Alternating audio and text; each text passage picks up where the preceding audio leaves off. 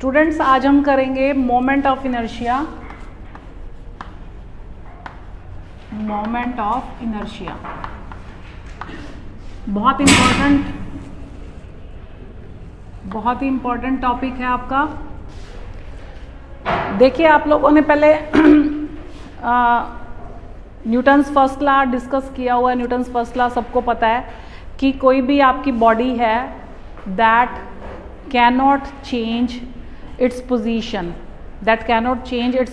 By itself, है ना। जब तक आप कोई भी एक्सटर्नल फोर्स नहीं लगाएंगे तो जो वो बॉडी है अगर रेस्ट पे है तो वो रेस्ट पे ही रहेगी, अगर वो यूनिफॉर्म मोशन के साथ मूव कर रही है तो वो यूनिफॉर्म मोशन के साथ ही मूव करेगी, अनलेस और अनटिल आप कोई भी एक्सटर्नल फोर्स उसके ऊपर नहीं लगाते हो।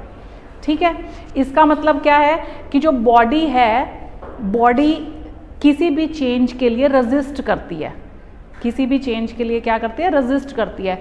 और वो जो रेजिस्टेंस शो करती है बॉडी लीनियर मोशन के अंदर, उसको हम बोलते हैं इनर्शिया। उसको हम क्या बोलते हैं, इनर्शिया। अब अगर जो हमारी बॉडी है, अगर कोई ट्रक है, सपोज ट्रक को अगर हम पुश या पुल करना चाहें तो that will be comparatively tougher as comparison to a bench और एनी आर्टिकल, है ना। अब कोई भी बेंच है उसको हम पुश या पुल इजीली कर पाते हैं क्योंकि उसका मास क्या है, कम है, इसीलिए कर पाते हैं ना इजीली उसको पुश या पुल। और ट्रक को क्या आप इतना इजीली कर पाएंगे, नहीं कर पाएंगे। उसके लिए क्योंकि उसका जो इनर्शिया है वो ज़्यादा है, ठीक है ना। वो जो रेजिस्टेंस शो कर रहा है वो कंपैरेटिवली क्या होगी, ज़्यादा होगी। ठीक है, तो इट मीन्स कि जो लीनियर मोशन की अगर हम बात करें, ट्रांसलेशनल मोशन की अगर हम बात करें, तो आपका जो मास है, mass is a measure of inertia, isn't it. Mass is a measure of inertia. Mass कम है तो इनर्शिया भी कम होगा, मास ज़्यादा है तो इनर्शिया भी ज़्यादा होगा। ठीक है, ये तो बात थी आपकी किसकी, ट्रांसलेशनल मोशन की, लीनियर मोशन की। अब अगर हम बात करें रोटेटरी मोशन की, रोटेशनल मोशन की अगर हम बात करते हैं, तो जो मास सेम रोल प्ले करता है जो कि किसमें, inertia. Mass can be replaced by inertia. तो इसमें क्या है, वही टर्म आपकी एनालॉगस रहेगी moment of inertia. Moment of inertia, moment of inertia क्या है, inability of a body to change its position और स्टेट, ठीक है, in the rotation motion, unless और अनटिल आप कोई भी टॉर्क अप्लाई नहीं करते हैं। रोटेटरी मोशन में क्या है, आप टॉर्क अप्लाई कर रहे हैं। अगर आप टॉर्क अप्लाई नहीं कर रहे हैं तो जो वो बॉडी है that tries to be at rest और continue to be moving in the rotatory motion in the same manner, unless और अनटिल आप कोई भी एक्सटर्नल टॉर्क अप्लाई नहीं करते हैं, तो उस क्वांटिटी को बोलते हैं मोमेंट ऑफ इनर्शिया। ठीक है, inability of the body, clear. तो inability of a body to change by itself its position of rest और uniform linear motion is called inertia. And in the same way the inability of a rotating body to change by itself its state of rest और uniform rotation about a given axis is called rotational inertia और moment of inertia. क्या बोलेंगे, या तो rotational inertia बोलेंगे या moment of inertia बोलेंगे।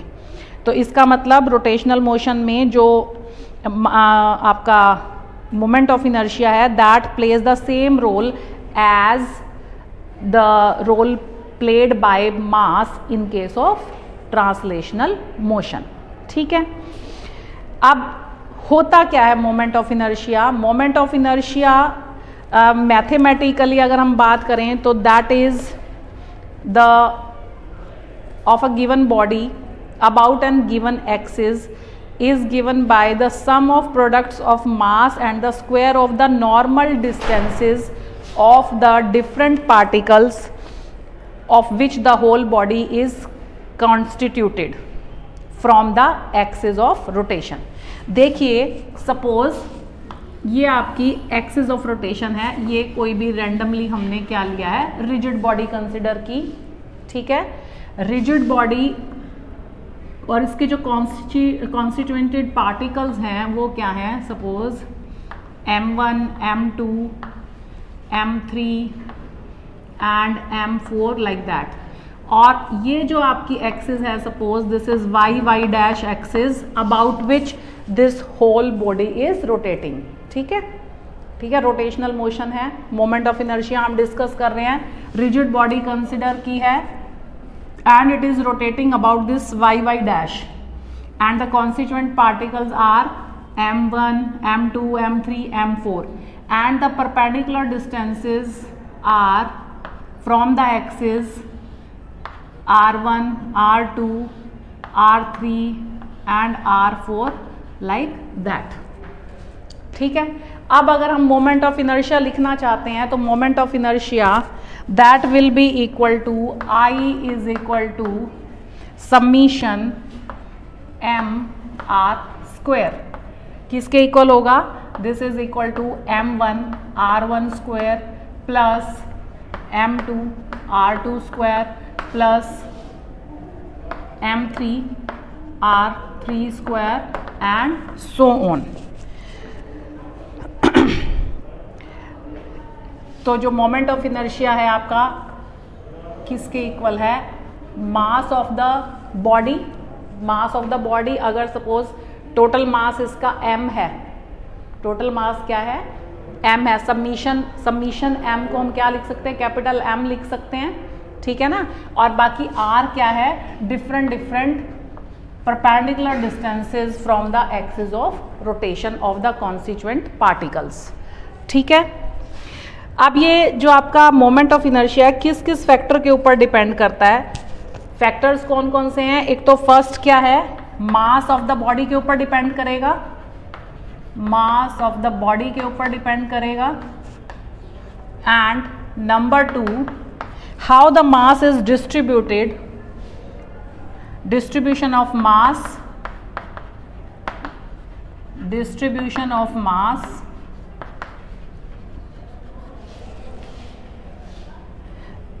distribution of mass about and its distance from the axis of rotation, distance from the axis of rotation, कि मास किस तरीके से डिस्ट्रीब्यूटेड है।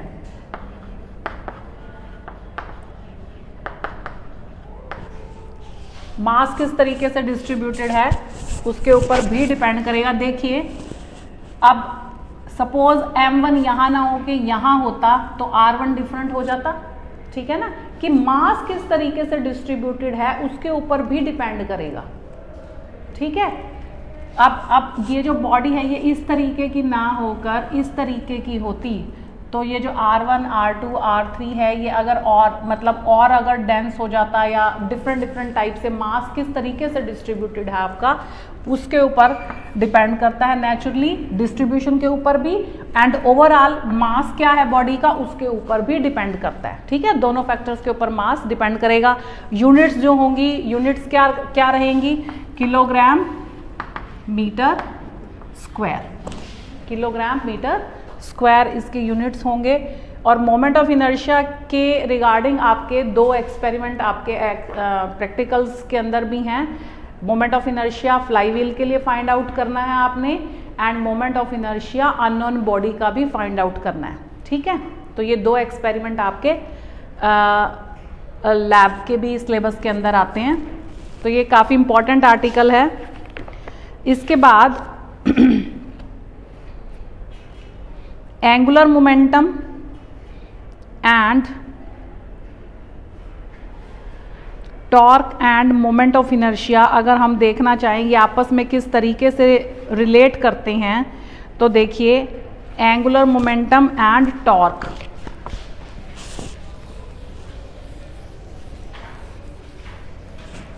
एंगुलर मोमेंटम एंड टॉर्क, हमें पता है जो एंगुलर मोमेंटम है L से उसको डिनोट करते हैं, L is equal to summation m r square, omega के इक्वल होता है। और ये जो फैक्टर है इसको हम क्या लिख सकते हैं, this can be written as I, I is the moment of inertia and I into omega. Omega is the angular velocity and L is the angular momentum.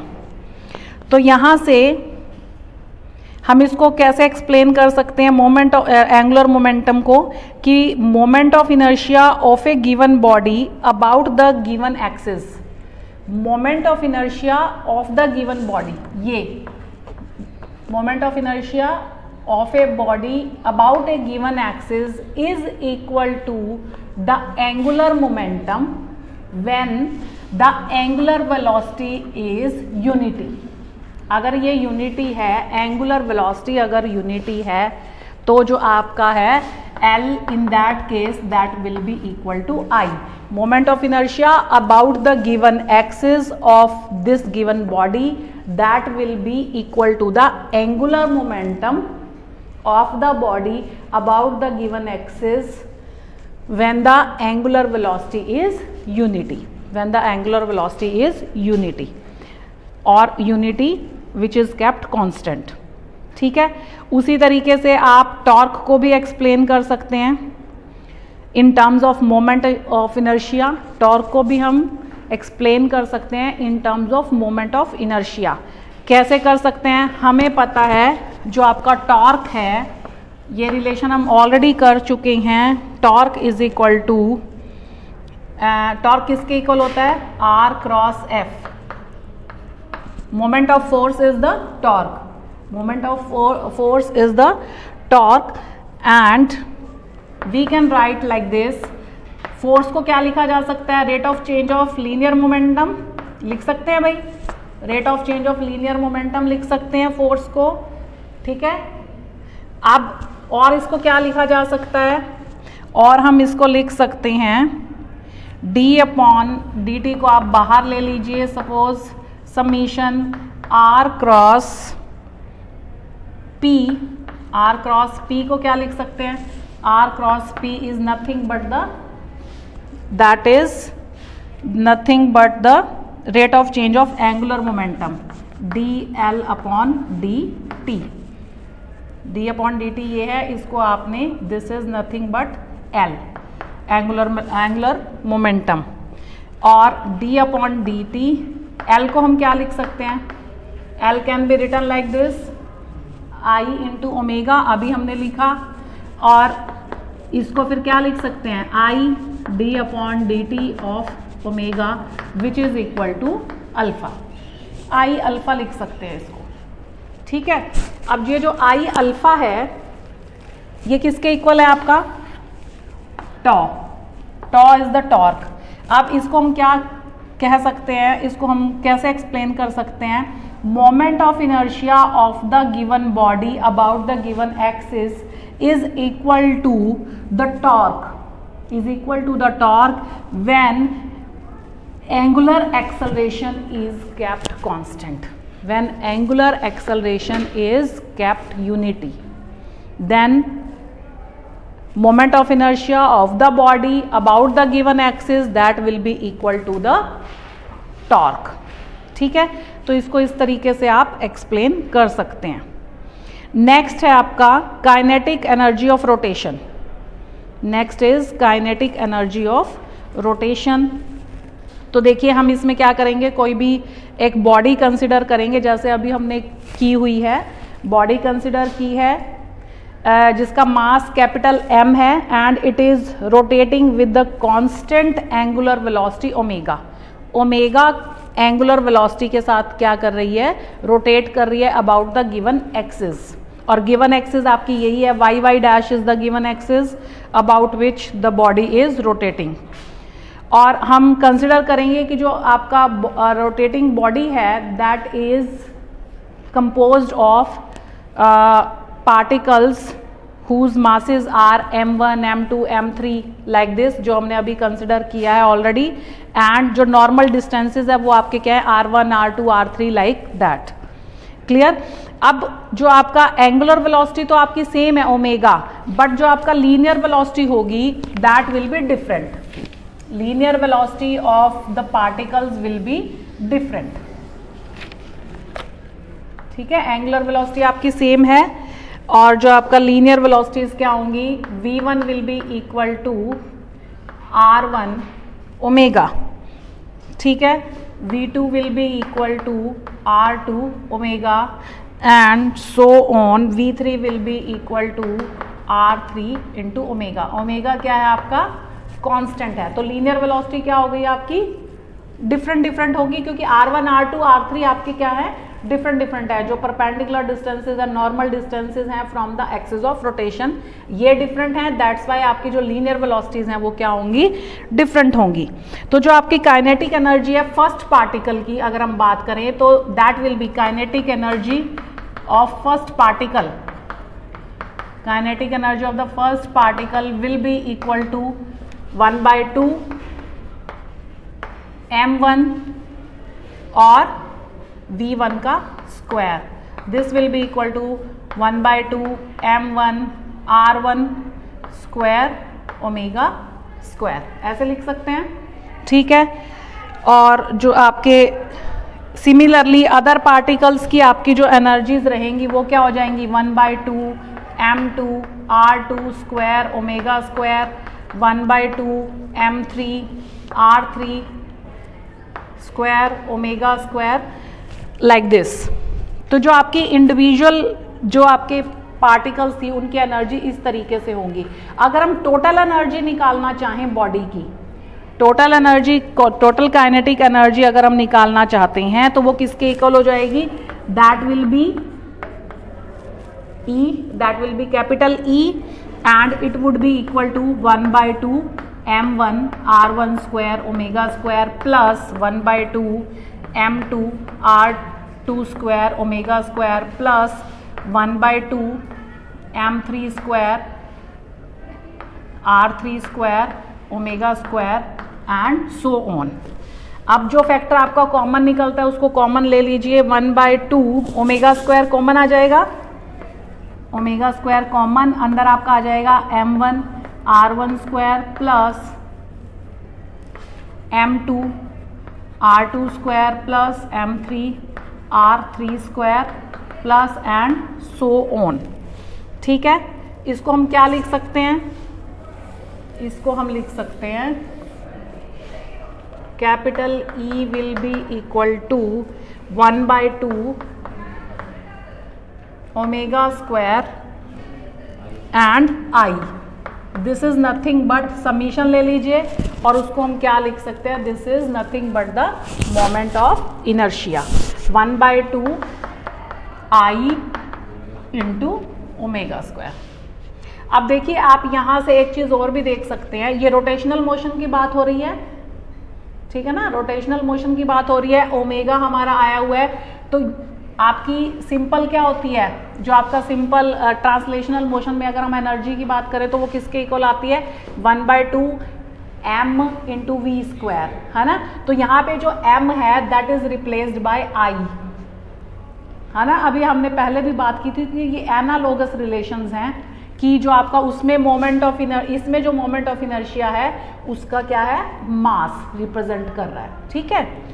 तो यहां से आपकी क्या आ गई, ये आपकी एनर्जी आ गई, total energy of the body आ गया हमारे पास, और हमें पता है L is equal to I into omega के इक्वल होता है, ओमेगा इज इक्वल टू क्या आ जाएगा, omega will be equal to L upon I, लिख सकते हैं हम।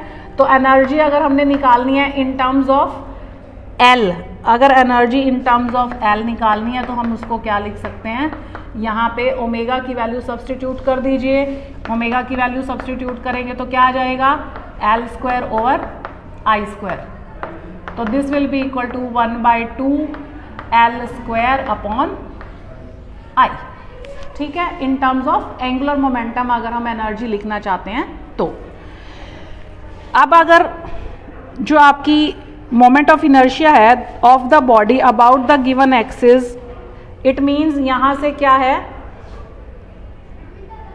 अगर हम ओमेगा को 1 पुट कर दें, अगर हम ओमेगा को यहाँ पे 1 पुट कर दें तो आपका जो एनर्जी है दैट विल बी, या फिर मोमेंट ऑफ इनर्शिया, अगर ओमेगा को 1 सब्सटीट्यूट करेंगे तो क्या आ जाएगा, I will be equal to 2E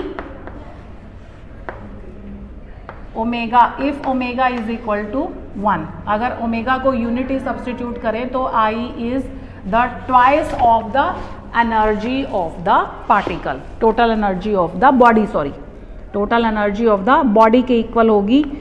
और अगर कोई बॉडी, ये तो रोटेशनल था मोशन, अगर कोई बॉडी साइमल्टेनियसली ट्रांसलेशनल और रोटेशनल मोशन कवर करती है, जैसे कि हमने उस दिन भी डिस्कस किया था कि अगर कोई बॉडी इस तरीके से मूव कर रही है लाइक दिस, रोटेशनल भी है और ट्रांसलेशनल भी है, तो उस केस में आपका क्या बनता है, उस केस में जो आपकी एनर्जी बनेगी, टोटल एनर्जी, ई टी से डिनोट कर दें अगर हम ई टोटल, तो ई ट्रांसलेशनल प्लस ई रोटेशनल। ठीक है, अभी रोटेशनल हमने निकाली है, रोटेशनल क्या आई है 1/2 आई ओमेगा स्क्वायर, 1/2 आई ओमेगा स्क्वायर अभी हमने निकाला है। और दूसरा क्या है 1/2 m into v square, where m is the total mass of the rigid body, where capital M is the total mass of the rigid body. तो ये आपका था टोटल एनर्जी सिस्टम की, kinetic energy of rotation. Next article हम करेंगे theorems of moment of inertia both perpendicular and parallel axis का in the next lecture.